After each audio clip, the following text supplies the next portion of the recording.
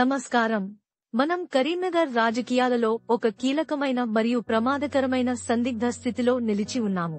రాజకీయ పరిస్థితులు మారుతున్న కొద్దీ మరియు మున్సిపల్ ఎన్నికలు సమీపిస్తున్న కొద్దీ ముస్లిం ప్రాతినిధ్యాన్ని కాపాడుకోవడం ఎంతో కష్టతరంగా మారుతోంది. గుల్లు అహ్మద్ నేతృత్వంలోని దుష్టమైన మరియు చట్టవిరుద్ధమైన గుండాల గ్యాంగ్ ఒక నిర్దాక్షిణ్యమైన సిండికేట్ గా కులు పార్టీలోకి చొరబడి కరీంనగర్లోని మజ్లిస్ పార్టీపై వినాశకరమైన మరియు దుర్మార్గపూరిత దాడిని ప్రారంభించింది.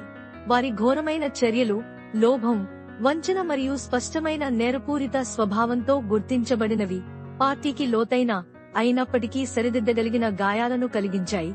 దీనితో పార్టీ ఒక అసాధారణమైన అరాచకం, అవిశ్వాసం మరియు అవమానం యొక్క అగాధంలోకి జారిపోయింది.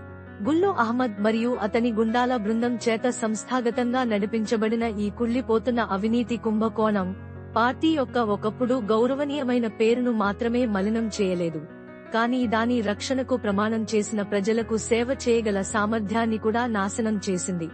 ఓటర్లను మోసం యొక్క బురదలో విడిచిపెట్టి ద్రోహంతో వారిని వంచింది.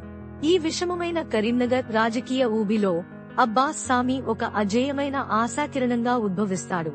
మజ్లిస్ పార్టీని నాశనం యొక్క అంచు నుండి బయటకు తీసుకురాగల ఏకైక వ్యక్తిగా నిలుస్తాడు. అతని నిరూపిత సమగ్రత, అవిశ్రాంత అంకితభావం మరియు తీవ్రమైన న్యాయవాదం ప్రస్తుత అవినీతితో కూడిన నాయకత్వం యొక్క చీకటి నేపథ్యంలో కత్తిలా మెరుస్తాయి.